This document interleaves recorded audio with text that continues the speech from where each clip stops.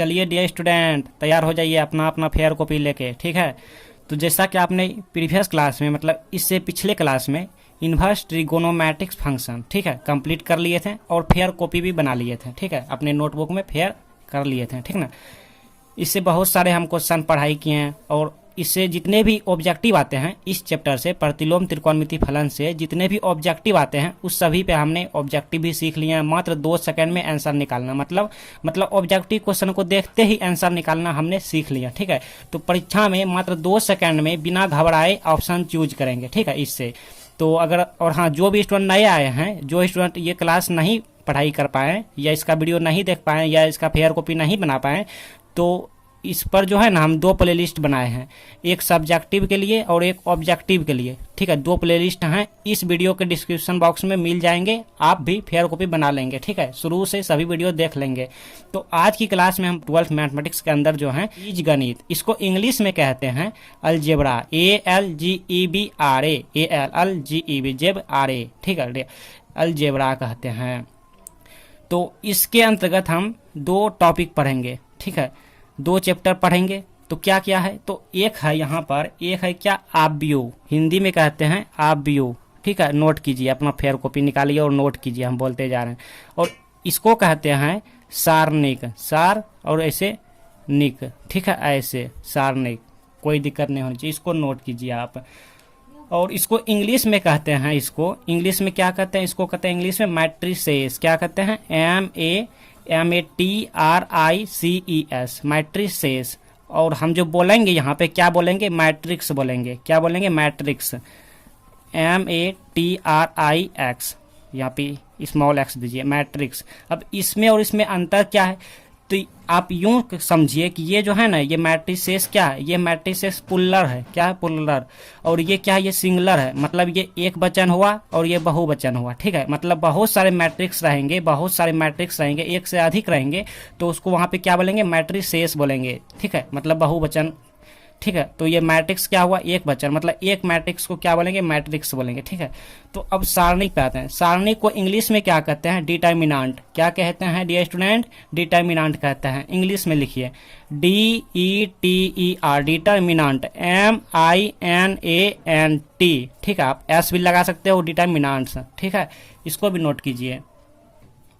तो अब हम परीक्षा की बात कर लेते हैं। एग्जाम में इससे कितना नंबर का क्वेश्चन रहेंगे, 6 मार्क्स का, टोटल 6 अंक का क्वेश्चन रहेंगे, 6 मार्क्स का क्वेश्चन रहेंगे एग्जाम में। ठीक है, और इससे कितना रहेंगे, इससे 7 रहेंगे, 7 मार्क्स का क्वेश्चन रहेंगे एग्जाम में। ठीक है, और ये कोई जरूरी नहीं है कि इससे 7 नंबर पूछे तो इससे 6 नंबर पूछे। मतलब ये कह रहे हैं हम कि इन दोनों से टोटल कितना पूछे जाते हैं, टोटल यहाँ पे 13 अंक का क्वेश्चन एग्जाम में पूछे जाते हैं। ठीक है, तो कभी कभी क्या होता है कि ये अगर 6 अंक का रहता है ना, तो कोई जरूरी नहीं कि ये एग्जाम में 6 अंक का ही पूछे। मतलब कभी कभी इससे कम भी हो सकता है, कभी ज़्यादा भी हो सकता है। कभी कभी इससे 4 या 5 मार्क्स का पूछ लेते हैं एग्जाम में, तो इससे ज़्यादा पूछ लेते हैं। अगर इससे कम पूछते हैं तो इससे ज़्यादा पूछ लेते हैं। ठीक है, मतलब टोटल मिला के, दोनों मिला के 13 अंक एग्जाम में पूछे जाएंगे आपके एग्जाम में।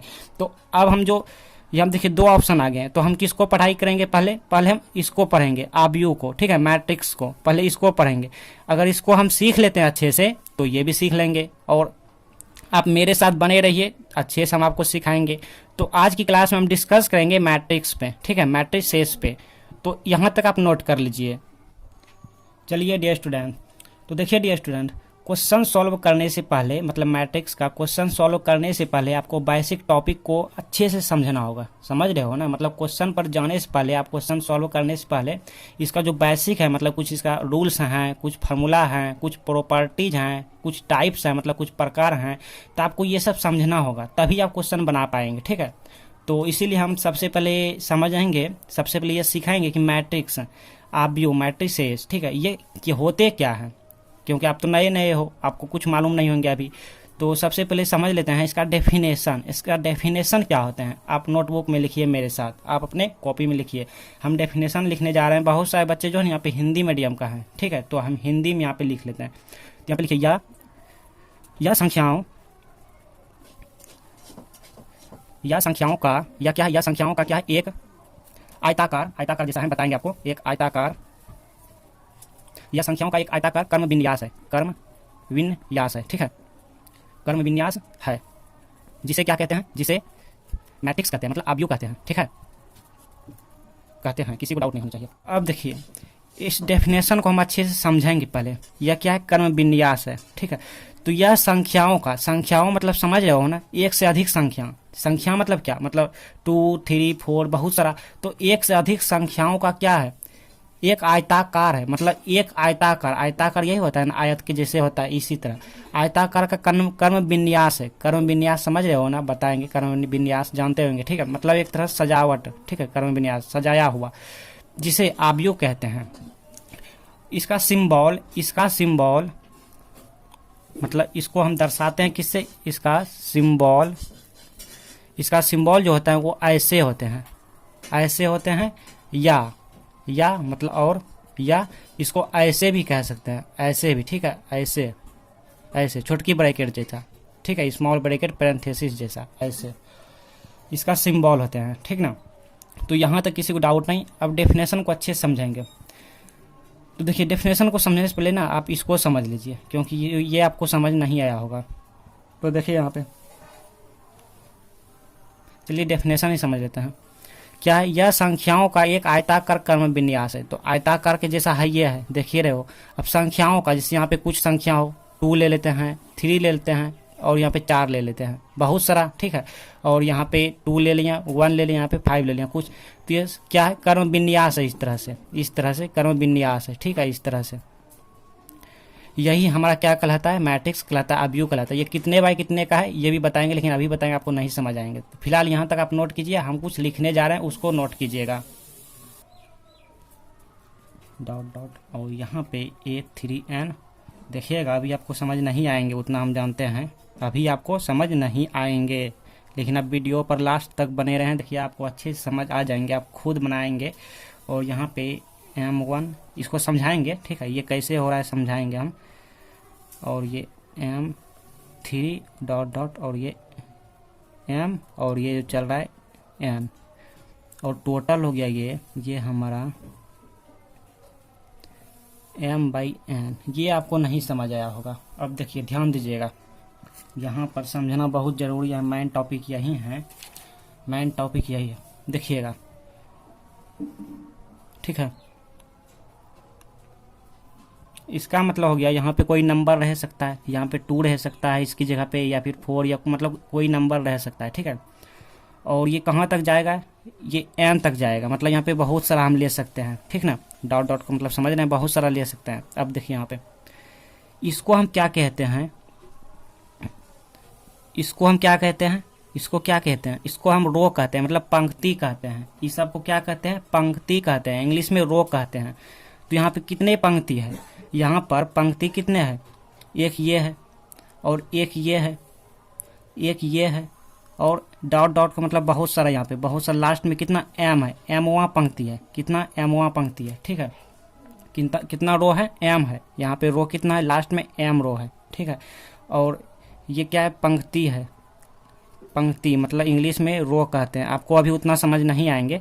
और ये वाले जो देख रहे हैं ऐसे वाला ये सब क्या है, ये सब कॉलम है, मतलब स्तंभ है। तो यहाँ पे 1 2 3 ये सब क्या है, कॉलम है। और यहाँ पे बहुत सारा है डॉट, और यहाँ पे लास्ट कितना N तक है, देख रहे हो ना, N, ठीक है। मतलब ये इसको देखिए,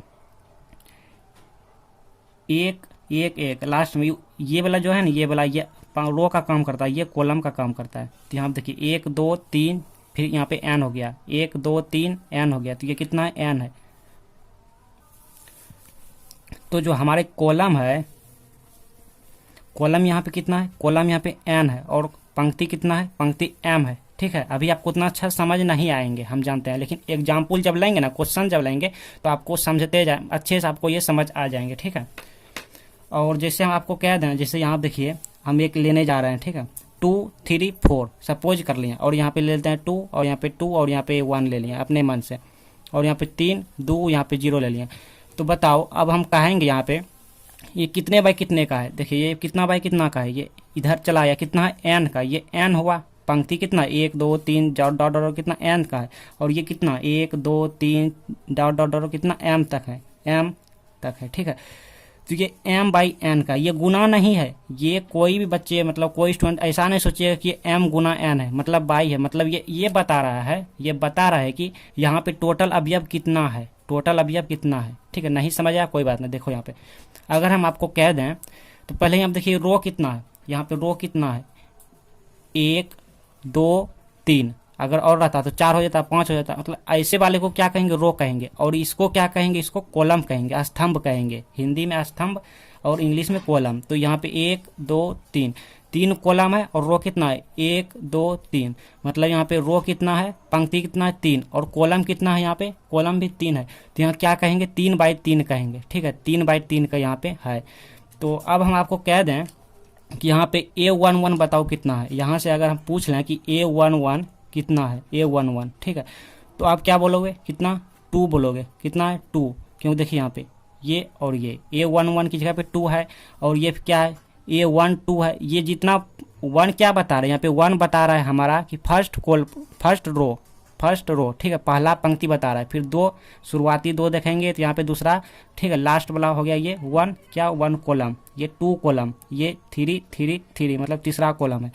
तो यहाँ पे A11 क्या हो गया 2, और A अगर यहाँ पे 1 2 पूछ दें तो आप क्या बोलोगे A12 1 क्या पहले 1 आया मतलब फर्स्ट रो मतलब फर्स्ट पंक्ति। तो फर्स्ट पंक्ति तो यही वाला है ना, यही वाला है। अब किसमें 2 में देखना है कॉलम, तो ये वाला 2, ये वाला, ठीक है, ये तो यहाँ पे ये देखना है तो 3 हो गया 3, इस तरह। तो इस पर हम उतना डिस्कस नहीं करेंगे, बाद में करेंगे। ठीक है, पहले आप सीखिए ये जो जरूर। तो चलिए नेक्स्ट। और हाँ, ये आपको उतना अच्छा समझ नहीं आया होगा क्योंकि हम उतना अच्छा सबको बताए भी नहीं है, और ये भी जरूरी नहीं है। ठीक है, अभी जो जरूरी है उसको सीखिए, क्योंकि डेफिनेशन हम बता रहे हैं, डेफिनेशन के साथ जो जरूरी है उसको सीखिए।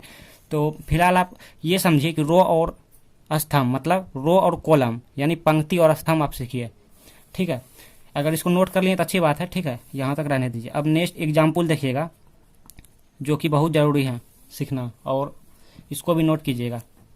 सपोज हमारे सामने कोई मैट्रिक्स है, एक मैट्रिक्स हमने लिया, किसका सिंबल है, मैट्रिक्स का, अवयव का। ठीक है, एक मैट्रिक्स ले लिया, और यहाँ पे हम कोई नंबर ले लेते हैं, कोई संख्या ले, जैसे 2 3 2 ले लिया, और यहाँ पे 1 2 6, यहाँ पे कुछ ले लेते हैं 1 1, और यहाँ पे 0 ले लिया। अब यहाँ पे नंबर क्या है वो यहाँ पे डिपेंड नहीं करता। ठीक है, यहाँ पे 2 हो या 3 हो 4 हो कुछ भी रहे, यहाँ पे हमसे क्या पूछा जा रहा है, इतना का पंक्ति और स्तंभ क्या है। ठीक है, क्या है, पंक्ति को हम रो कहते हैं इंग्लिश में, और स्तंभ को क्या कहते हैं, कॉलम। ठीक है, कॉलम कहते हैं।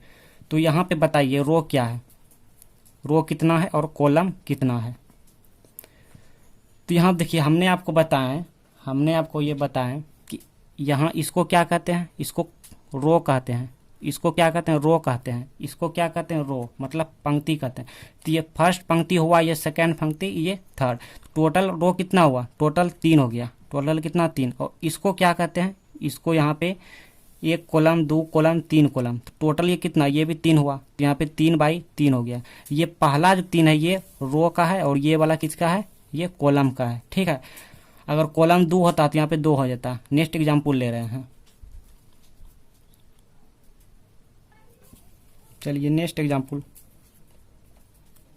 1 2 3, और यहाँ पे 4 2, यहाँ पे 3 ले लेते हैं, और बस इतना ही रहने देते हैं।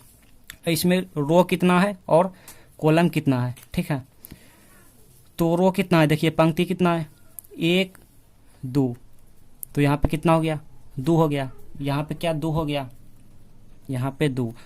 अब आप पूछेंगे यहाँ पे कॉलम स्तंभ मतलब स्तंभ। ठीक है, स्तंभ कितना है, तो 1 2 3, तो यहाँ पे क्या हो गया 2/3, यहाँ पे 2/3 हो गया, यहाँ पे 3, यहाँ पे 2। ठीक है, अब नेक्स्ट एग्जाम्पल ले रहे हैं।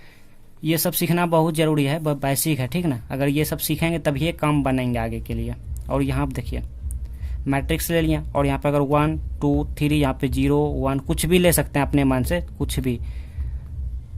ठीक है, इतना ले लिया। तो यहाँ पे रो क्या है, मतलब पंक्ति। ठीक है, पंक्ति कितना है, तो पंक्ति की संख्या कितना है 1 2 3, मतलब ऐसे वाले को देखना, ऐसे वाले को 1 2 3 1 2 3। ठीक है, तो कितना है 3, और कॉलम कितना है 1 2 3, यही है ना 1 2 3। तो यहाँ पे ये भी कॉलम भी कितना 3 है, तो यहाँ पे 3/3 ये आंसर हो गया। ठीक है, आंसर ये हो गया, रो 3 और कॉलम 3। नेक्स्ट एग्जाम्पल 0 1 अपने मन से यहाँ पे ले लेते हैं नंबर, और यहाँ पे 3 4 और यहाँ पे 6। तो इसकी बात करें रो, यहाँ पे रो कितना है, मतलब पंक्ति कितना है, यहाँ पे पंक्ति यहाँ पे 1 2 है। और यहाँ पे बात कर लेते हैं कॉलम की, तो 1 2 3, तो 3 है यहाँ पे। ठीक है, तो यहाँ पे कितना हो गया 2/3, ये मैट्रिक्स कितना अभी अब का है 2/3 का है। ठीक है, अब नेक्स्ट एग्जाम्पल।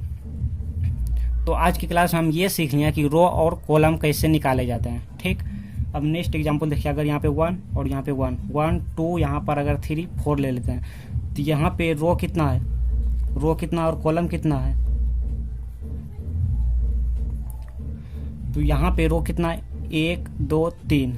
ठीक है, यहाँ पे रो कितना है 3 रो है, 1 2 3, यहाँ पे 3 है बाई, और यहाँ पे 1 2 कॉलम है, 1 2, तो यहाँ पे 2, तो यहाँ पे 2। तो आज की क्लास में हम रो और कॉलम निकालना सीख गए हैं। ठीक है, और एक और एग्जाम्पल ले लेते हैं ऐसे 3 4 2 6 और यहाँ पे 9 2 4 1। तो इसमें कितना है रो, यहाँ पे क्या है, तो यहाँ पे रो मतलब पंक्ति कितना है 1 2, कॉलम कितना है 1 2 3 4, यहाँ पे 4, मतलब 2 बाई यहाँ का 4 हो गया। ठीक है, तो आज की क्लास में हम क्या सीखें, आज की क्लास में हम रो और कॉलम निकालना सीख गए। रो का मतलब क्या हुआ, पंक्ति, जानते हो ना, रो का मतलब पंक्ति, और इसका स्तंभ। ठीक है, ये निकालना हम सीख गए। ठीक, तो आपके लिए दे रहे हैं, आप कमेंट बॉक्स में हमें बताओगे। ठीक है, आपके लिए दे रहे हैं, यहाँ पे 0 1 2 और यहाँ पे 3 2 2। तो बताओ इसका रो कितना है, रो और कॉलम कितना है इसमें। ठीक है, और कमेंट बॉक्स में बताओगे नंबर 1 नंबर 2 का दे रहे हैं। एक और दे रहे हैं क्वेश्चन, अगर यहाँ पे 2 रहे और यहाँ पे 3 2 रहे, तो इसका रो और कॉलम बताइए। तो ये दोनों आपके लिए। ठीक है, तो मिलते हैं नेक्स्ट क्लास के लिए। तो नेक्स्ट क्लास का जो है ना लिंक डिस्क्रिप्शन बॉक्स में मिल जाएंगे, आप देख लेंगे उनको भी। ठीक है।